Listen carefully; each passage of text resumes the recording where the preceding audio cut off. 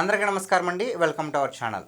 మనతో పాటు గెస్ట్గా ఉన్నారు దాసరి విజ్ఞాన్ గారు. సార్ నమస్తే అండి. నమస్తే సార్, మంచు విష్ణు యాక్ట్ చేస్తున్న కన్నప్ప మూవీ ఎప్పుడైతే స్టార్టింగ్ నుంచి స్టార్ట్ అయిందో అప్పటి నుంచి కూడా ఏదో కాంట్రవర్సీ వస్తూనే ఉంది. రీసెంట్గానే హార్డ్ డిస్క్ పోయింది అన్నట్టుగా ఒకటైతే బయటకు వచ్చింది.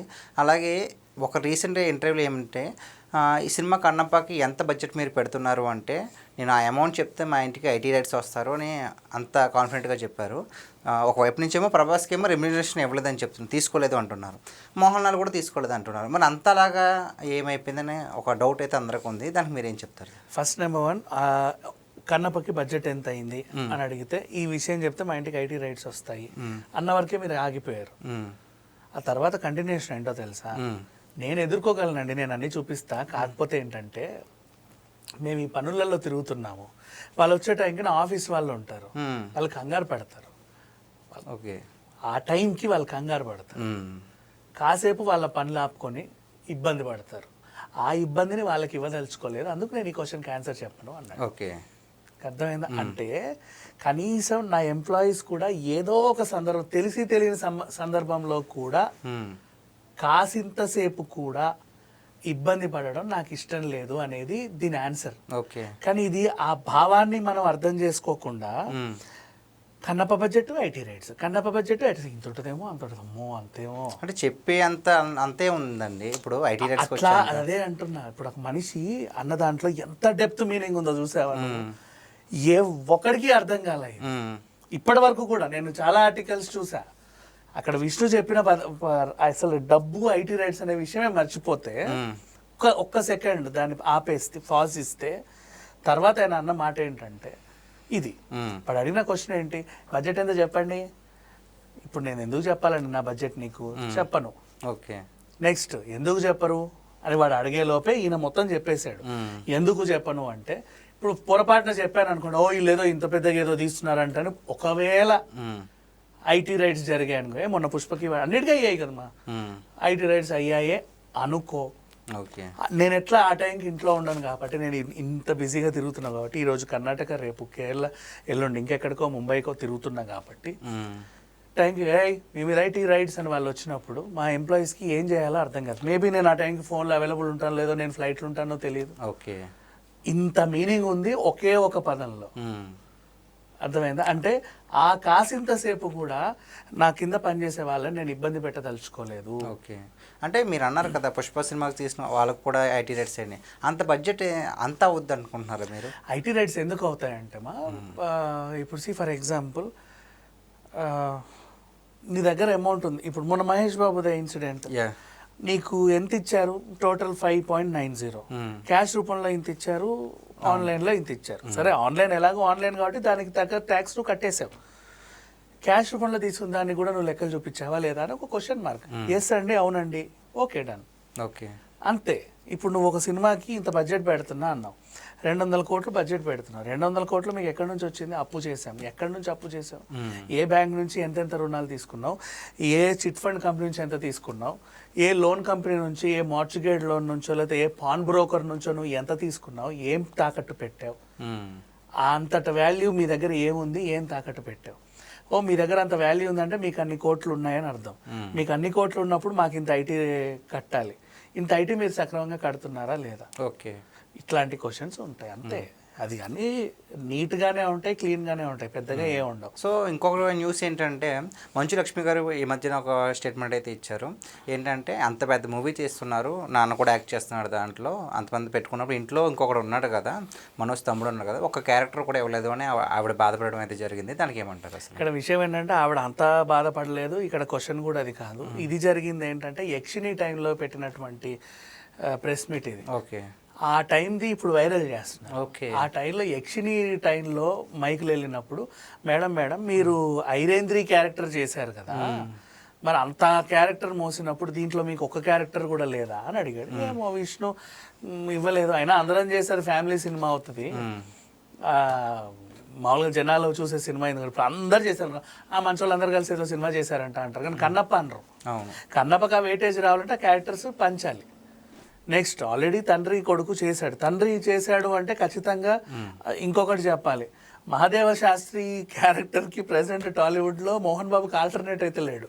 ఓకే, ఆబ్వియస్లీ ఈవెన్ శాకుంతలంలో కూడా ఆ క్యారెక్టర్కి, ఈవెన్ యమదొంగలో కూడా ఆ క్యారెక్టర్కి, మహానటిలో కూడా ఆ క్యారెక్టర్కి, ఓకే ప్రజెంట్ మన టాలీవుడ్లో అంటే 550 సినిమాలు పైగా చేసినటువంటి ఒక లెజెండరీ యాక్టర్ ప్రజెంట్ ఆ క్యారెక్టర్స్కి అతనికి నాకు తెలిసినంత వరకు, మరి నాకు తెలియకుండా ఇంకెవరన్నా ఉండుండొచ్చేమో తెలియదు, బట్ నాకు తెలిసినంత వరకు ఆల్టర్నేట్ లేదు. ఓకే సో ఖచ్చితంగా ఆయనే చేయాలి. సో మహాదేవ శాస్త్రి క్యారెక్టర్ ఇప్పుడు కన్నప్ప సినిమా విష్ణు ప్రొడ్యూస్ చేయకుండా ఇంకా ఎవరు ప్రొడ్యూస్ చేసినా, ఏ గీతా ఆర్ట్స్ వాళ్ళు ప్రొడ్యూస్ చేసి ఇంకెవరినో హీరోగా పెట్టినా, ఏ మైత్రి వాళ్ళు ప్రొడ్యూస్ చేసి ఇంకెవరో హీరోగా పెట్టినా, మహాదేవ శాస్త్రి క్యారెక్టర్ మోహన్ బాబు గారే చేయాలి. అంటే అతని మించిన ఇంకెవరు లేరంటారు మన టాలీవుడ్. ఆ క్యారెక్టర్కి, ఆ అగ్రెసివ్నెస్కి, ఆ కోపిస్టీ, ఆ క్యారెక్టర్కి ఈయన తప్ప ఇంకో ఆల్టర్నేట్ లేదంట. ఇంకెవరికి ఇచ్చినా అదేదో నటించినట్టు ఉంటుంది. ఓకే వీళ్ళు చేస్తే నిజంగా ఆ క్యారెక్టర్ చేసినట్టే ఉంటుంది. ఈయనే మహాదేవ శాస్త్రి ఏమో అనుకుంటారు అట్లా.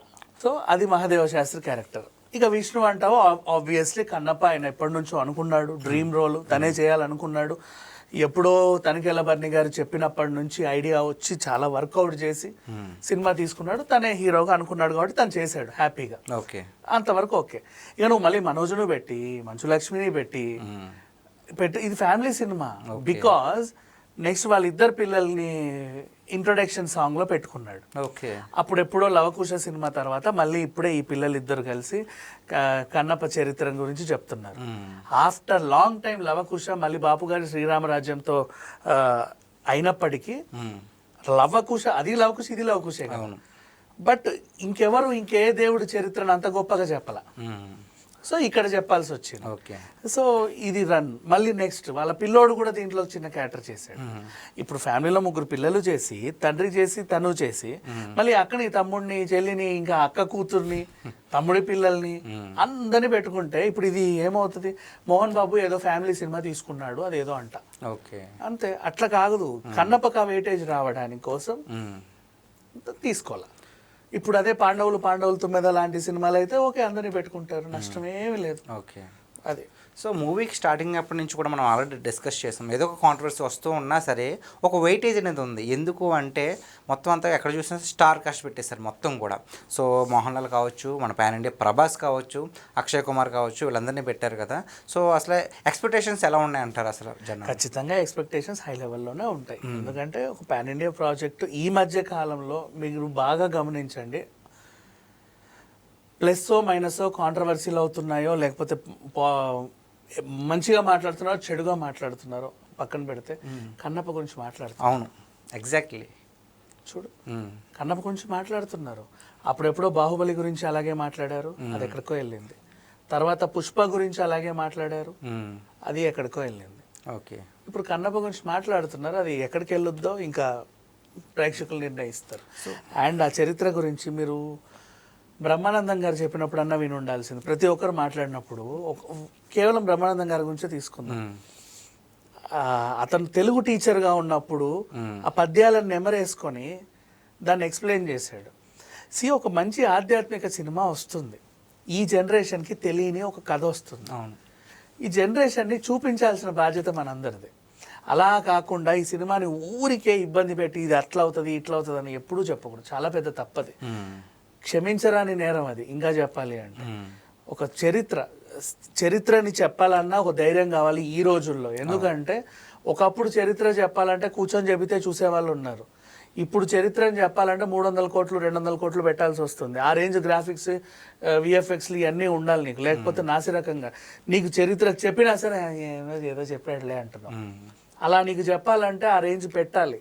ఇవాళ రేపు చరిత్ర చెప్పాలనుకున్నాడు నిజంగా చెప్పాలంటే ఒక ఎన్జిఓ చారిటీ ట్రస్ట్ నుంచి చారిటీ చేసినాడు అనుకో సింపుల్గా. ఓకే, ఏమవసరం అబ్బా, ఓ మంచి కమర్షియల్ సినిమాలు తీసుకొచ్చి ఎవరు ఆ తమిళ్ నుంచి ఆయన ఎవరో తీస్తారబ్బా, లెజెండ్ అనే సినిమా వచ్చిందే, ఆ శరవణ స్టోర్స్ అతను. ఓకే, బాలీవుడ్ అట్లా తీసుకోవచ్చు. ఓకే ఓకే, సొంత డబ్బులతో అలా తీసుకునే వాళ్ళు కూడా ఉన్నారు. కానీ జనాలని ఇంకా ఎడ్యుకేట్ చేయండి. పిల్లలంటే మోహన్ బాబుకి చాలా ఇష్టం, విష్ణు గారికి చాలా ఇష్టం. షూటింగ్ సెట్లో కూడా ఇంత పిల్లలు కనిపిస్తే మోహన్ బాబు గారు పిల్లలు ఇలా రండి, మాతా పిత గురువు దైవం చెప్పండి అంటాడు. ఇది సిచ్యువేషన్. సో నెక్స్ట్ జనరేషన్ పిల్లలకి కొన్ని చరిత్రలు మనం చెప్పగలగాలి. ఏ చరిత్ర చెబితే బాగుంటుంది, చిరస్థాయిగా నిలిచిపోతాము అంటే వీళ్ళకి ఎందుకో తెలియదు. కన్నప్ప ఐడియా వచ్చింది 2015 నుంచి, అది 18 నుంచి, తర్వాత 22 నుంచి ఏదో ఒక రకంగా రూపాంతరం చెంది ఇప్పుడు 25కి రిలీజ్కి వచ్చింది. ఓకే, మీరు ఆదరించకపోయినా పర్లేదు కానీ చరిత్రను అవమానించకండి. ఓకే. అంటే ఆల్రెడీ కృష్ణంరాజు గారు తీశారు కదా, ఇందులో లేనిది కూడా ఏదైనా చూపించాలనుకుంటున్నారు అంటే ఇప్పుడు మీరు అన్నారు ఎవరికో తెలియని చరిత్ర చెప్తున్నారు అని. సో ఆల్రెడీ దానికంటే కూడా తెలియని విషయాలు దీంట్లో ఉన్నాయని అనుకుంటున్నారంటారు మీరు? అలా కూడా అన్నట్ల. ఇప్పుడు రామాయణం అందరూ చెప్పారు, అన్ని భాషల్లోనూ చెప్పారు, ప్రతి 10 ఏళ్ళకోసారి చెబుతూనే ఉన్నారు. అవును. మొన్న బాపు పోతా పోతా కూడా చెప్పిపోయాడు, అవునా? ఇంకా సీరియళ్ళు కూడా వస్తున్నాయి, ఇంకా నెక్స్ట్ సినిమాలు కూడా వస్తున్నాయి. బాలీవుడ్ రామాయణం కూడా తెలిసిన కదే. అవును. ఎన్నిసార్లు తెలియజెప్పినా కొత్తకే ఉంటుంది. ఓకే. కొత్త ఎలిమెంట్స్ నువ్వు చరిత్రలో నువ్వు కొత్తగా సృష్టించేవేమి ఉండవు. జరిగిపోయిన చరిత్ర అది అలాగే ప్రజెంట్ చేయాలి. ఓకే. నువ్వు ఎంత బాగా చెప్పావు, ఎంత అర్థవంతంగా చెప్పావు అనేది చూసుకుంటారు. Okay, that's all. ఇప్పుడు కన్నప్ప కూడా అంతే. ఆయన ఇప్పటివరకు ఐదు వచ్చాయి కన్నప్పలు అంతే. ఓ 50 కన్నప్పలు రాలా. ఓకే. రామాయణాలు మహాభారతాలు 50, 60 వచ్చాయి కానీ ఇవన్నీ రాలా. 5 కన్నప్పలే వచ్చాయి. ఓకే. ఇదొకటి. సో దీన్ని ఇప్పుడున్న జనరేషన్ నిజంగా నేర్చుకోవాలి. ఆ శివలింగం అలా ఎందుకు నడువిలో దానికి ఇట్లా పాము పడగబెట్టినట్టు, ఆ వాయులింగం అంటే ఏంటి, దాని విశిష్టత ఏంటి, అండ్ నెక్స్ట్ మొరటోడు తను తిన్నడు, ఎలా భక్తుడుగా మారాడు. ఎంత మొరటోడు, ఎంత మొరటోడు అంటే ఇక బండ, అసలు ఏముండవు ఫీలింగ్స్. అతను భక్తుడిగా మారడం, నెక్స్ట్ ఆ పిల్ల మొరటుదే, వాళ్ళకి మధ్యలో రొమాన్స్ పెట్టడం, అండ్ నెక్స్ట్ వస్త్రధారణ, ఈ చరిత్ర చెప్పడం. నీకు కామిక్ 1, కామిక్ 2, కామిక్ 3 అని ఉంటుంది కన్నప్పది. మీరు చూడకపోతే ఒకసారి చూడండి. ఆవా ఎంటర్టైన్మెంట్ వాళ్ళ యూట్యూబ్ ఛానల్లో మీకు దొరుకుద్ది. ఏనుగేంటి, సాలిపురుగేంటి, పామేంటి, ఆ కథ ఏంటి. ఇప్పుడు సాలిపురుగు ఏదో చేసింది, దాని భక్తికి మెచ్చి ఏదో చేశారు. తర్వాత ఏనుగు వచ్చి ఏదో చేసింది, అందులో తొండంలో పాము దూరింది, 2 చనిపోయాయి. కానీ వాటి భక్తికి మించి నెక్స్ట్ ఏం జరిగింది, శ్రీ అంటే ఏంటి, కాల అంటే ఏంటి, హస్తి అంటే ఏంటి. ఓకే. ప్రతి దానికి ఒక అర్థం ఉంది.